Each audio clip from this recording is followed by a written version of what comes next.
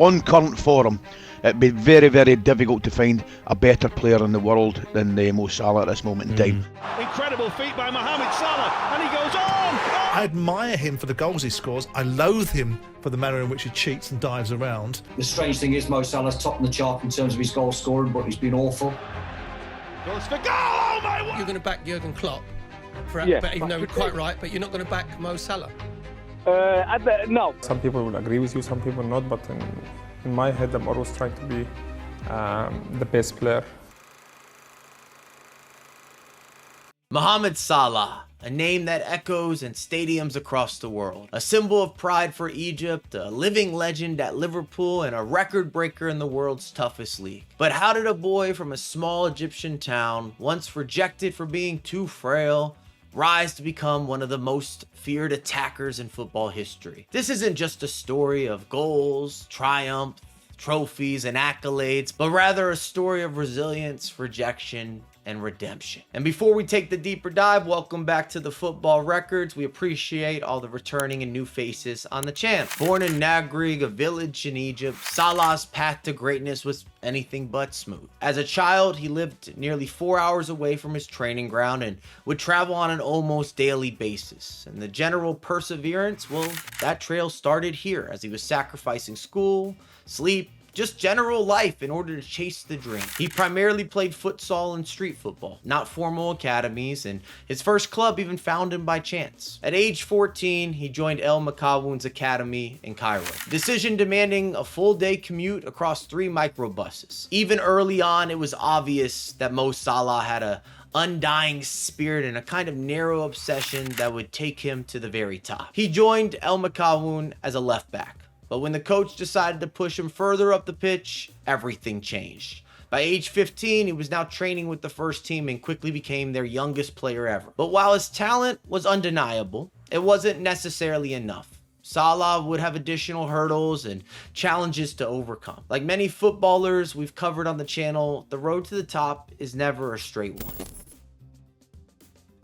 In 2012, Egypt's football world was rocked by tragedy. Egyptian TV captures the beginning of a pitch invasion that turns violent. The match in the city of Port Said was won by the local team, who were playing visitors from Cairo. It turns for the worst afterwards, as flares and fireworks are thrown from the stands. The domestic league was suspended. Amidst the chaos, many top players fled the country, yet Salah stayed. While the league was paused, a friendly match against Swiss club FC Basel turned into a life-changing opportunity for the young winger. Perhaps the reality is FC Basel wanted to have the friendly for one reason, or more so for one person, Salah, and he did not disappoint. Coming off the bench, he scored twice and made quite the impression on the Swiss club. Just weeks later, he had signed his first European contract. He was in the big leagues a lot faster than even he had anticipated. When we see the decisive and confident winger ripping down the wing for Liverpool, it'd be surprising to hear that the same person was a bit more timid and unsure player for FC Basel when he first arrived. But he was exactly that. The transition, well, it wasn't seamless, and Switzerland presented a stark contrast to Salah's native Egypt. So it was difficult, the language. I couldn't speak English. I have to learn English. Then also the hard work they do, they train 2 hours. They give everything 2 hours. That in Egypt, I wasn't like that. Yet, on the pitch, Salah's talent, well, was starting to shine through. The pace and agility made him a formidable opponent, and he quickly became a key player for Basel, notably scoring against Chelsea twice in the UEFA Champions League, catching the eye of the then manager Jose Mourinho, which ended up being another audition, if you will, for his soon-to-be employer. And by January of 2014, Chelsea had signed Salah for £11 million, and the move was seen as a significant step up. But it was going to be apparent that Salah struggled to find his footing at Stamford Bridge. And in fairness, or at least Salah's defense, the struggles of maneuvering into lineups at Chelsea has been apparent in many career paths throughout football history. Bit of a sidebar, but I'm not sure if it's the pressures of London or the club expectation, the fandom's general talent, how Chelsea has a bit of a reputation of wheeling and dealing. As an organization, we see players come and go quite frequently if they don't perform immediately. It's a result-driven business, but it seems to be highlighted at Chelsea. Salah was signed as the replacement for the outgoing Juan Mata, who had left to Manchester United, and he had the right profile for a Mourinho-type player. The speed, direct on the counter, someone to carry the ball with an effective nature, not nurture. However, under manager Jose Mourinho, Salah found opportunities limited. Mourinho later described Salah as lonely, naive, and physically fragile, suggesting he wasn't ready for the rigors of the Premier League.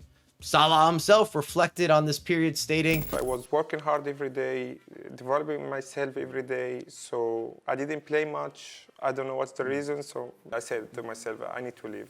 Because as a star in Egypt, everyone is looking at you like, yeah, he need to play. So I saw every day in the media, I was also young, 21, 22, so the media was like putting more pressure on me. Salah joined Fiorentina on loan in February of 2015, and he chose the number 74 jersey to honor the victims of the Port Said Stadium disaster in Egypt, where 74 fans lost their lives in 2012, and one of the biggest football tragedies of all time. And this gesture resonated deeply with the fans and showcased Salah's connection to his roots. On the field, he was quickly making an impact, scoring against top teams like Juventus and Tottenham. His performances reignited his career, and it wouldn't be long before he'd be at another club.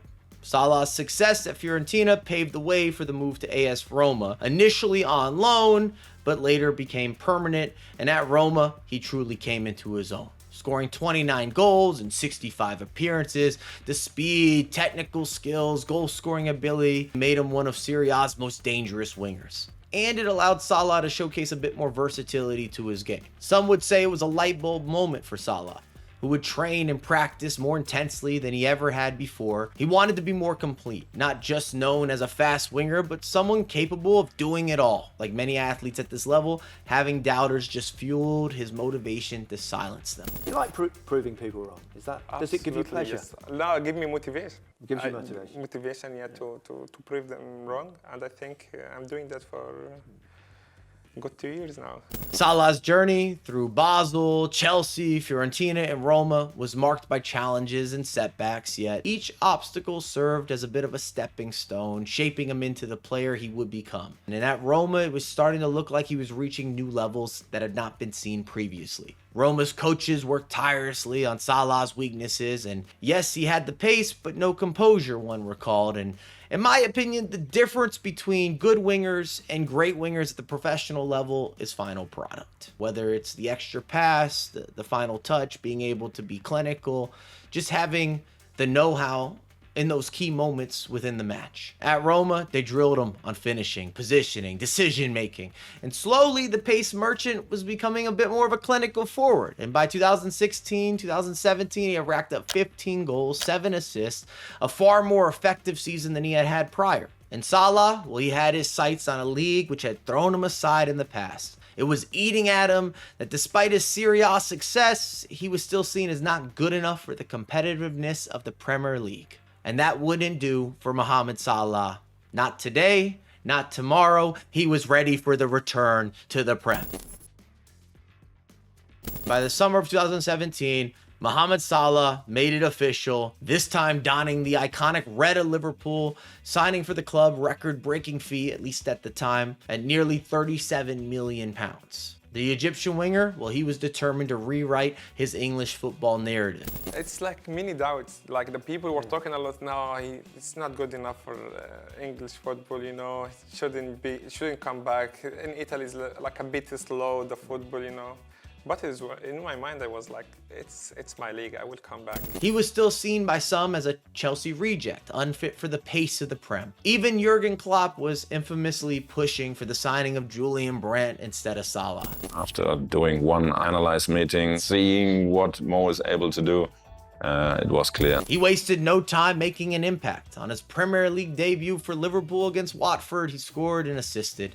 He had arrived once more, but could he keep it up? The pace, agility, clinical finishing quickly endearing him to the Anfield faithful. He was a walking or a running one-man counterattack. Electricity sparked as the Egyptian ran wild, slicing and dicing through opposition's defense. And throughout the 2017-2018 season, Salah's performances were nothing short of sensational. He netted 32 goals in 36 league appearances, setting a new record for the most goals in a 38-game season. Critics were left with the egg on their face, picking their jaws off the pavement. Time after time, Salah danced his way through defenses up and down the country, leaving nothing but goals in his wake. And in all competitions, he scored 44 goals, becoming Liverpool's top goal scorer for the season. His exploits earned him numerous accolades, including the Premier League Golden Boot and the PFA Players Player of the Year award. Yet, still people had criticisms to make. Can't do it in a big game. Well, the biggest of big games was just around the corner. A Champions League final followed, as did heartbreak. A shoulder injury after a rough challenge by Sergio Ramos in the final against Real Madrid forced him off. Egypt's dreams at the World Cup suffered as well. But Salah, well, he stayed dialed with the diet and the training. Nothing new from a commitment and a consistency expectation from the Egyptian. So Salah, well, he came back stronger. And after a record-breaking debut season, many wondered if Mohamed Salah could maintain such extraordinary form. The simple answer, oh yes, yes he can. And in the 2018-2019 season, Salah played a pivotal role in Liverpool's Champions League triumph. He scored the opening goal in the final against Tottenham Hotspur, leading to a 2-0 victory and securing Liverpool's 6th European Cup. The following year, Salah was again instrumental in ending Liverpool's 30-year wait for the league title. He contributed 19 goals and 10 assists, helping the team amass 99 points and clinch the Premier League title. He was the star man in a team of superstars built by Jurgen Klopp. The Mane, Firmino, Salah combo in its prime was frightening. And despite all this success, being one of the league's top goal scorers season after season, Mo Salah was still snubbed from those Ballon d'Or nominations and conversations. But then came a season no one but Salah saw coming. At 32 years old, amid a contract negotiation stalemate, many thought it would be Salah's last season with the Reds. And maybe age was catching up to him. But instead, what unfolded is his greatest and perhaps one of the most impressive individual Premier League performances. As of recording, Salah has scored 28 goals, provided 18 assists, and that's just in the league. His overall tally is a staggering and terrifying 33 goals and 23 assists. This man is unstoppable, undeniable, problematic in the best of ways, a man amongst boys at the professional level, which in some ways forced the contract negotiation as they reached a breakthrough. Salah confirming staying for another 2 years, right in time for Liverpool to pick up their 20th league title against Tottenham, with none other than the Egyptian king getting in on the goal fest. We're witnessing a living legend. One of the finest players of his generation is defying expectations season after season, and maybe soon we'll see the elusive Ballon d'Or accolade be won by an African for the first time since George Weah. Mo Salah's journey to greatness has been far from a straightforward one, far from an easy pathway, but time after time he has proved one thing: you can never count him out.